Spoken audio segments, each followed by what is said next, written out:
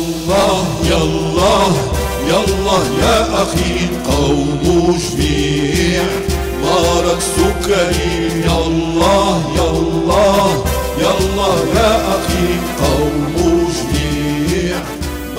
Je m'appelle Bernard Baudusseau, je travaille à Paris et j'ai été très heureux de participer à Marrakech à cette belle réunion de l'IDF où j'ai eu le plaisir de présenter deux communications, l'une sur l'insulinothérapie et la majoration de ce mode de schéma d'insuline chez les patients en échec de basal. En effet, on se rend compte que bon nombre de patients maghrébins sont insuffisamment équilibrés par l'insuline basale et il est certain que nous avons deux possibilités, soit ajouter un analogue rapide dans le cadre d'un schéma basal plus qui donne des résultats intéressants, ou bien d'employer deux injections de prémix. Les différents travaux que j'ai présentés montrent que l'avantage du basal plus par rapport au prémix est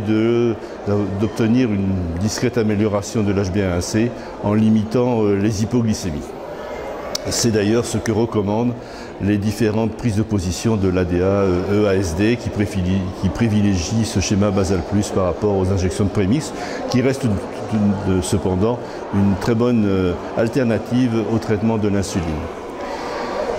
La seconde communication concernait sur la prise en charge des diabétiques âgés qui sont de plus en plus fréquents, situation de plus en plus fréquente en raison de l'augmentation de l'espérance de vie et puis de la majoration de la prévalence du diabète. Ce type de prise en charge est maintenant axé sur le fait d'adapter le traitement et les différentes recommandations sur le plan diététique aux malades et non pas l'inverse, de façon à ajouter de la vie aux années et non pas des années à la vie. Et donc il y a un certain nombre de recommandations pour reconnaître les patients fragiles et adapter le traitement en évitant notamment les hypoglycémies qui peuvent conduire à des complications sévères sur le plan cardiaque, neurologique ou sur les chutes. Ces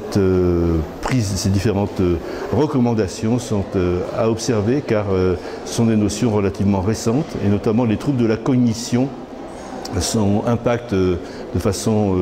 considérable le mode de prise en charge de ces patients. Je vous remercie.